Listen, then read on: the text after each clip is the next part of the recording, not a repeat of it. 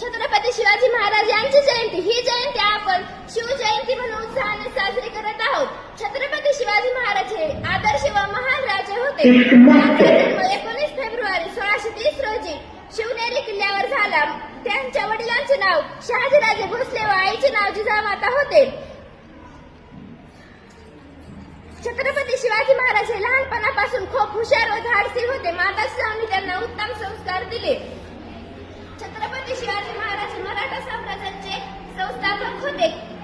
त्यांनी केवळ 15व्या वर्षी आपल्या मावळ्यासोबत रायेश्वरच्या मंदिरात स्वराज्य स्थापनेची प्रतिज्ञा केली.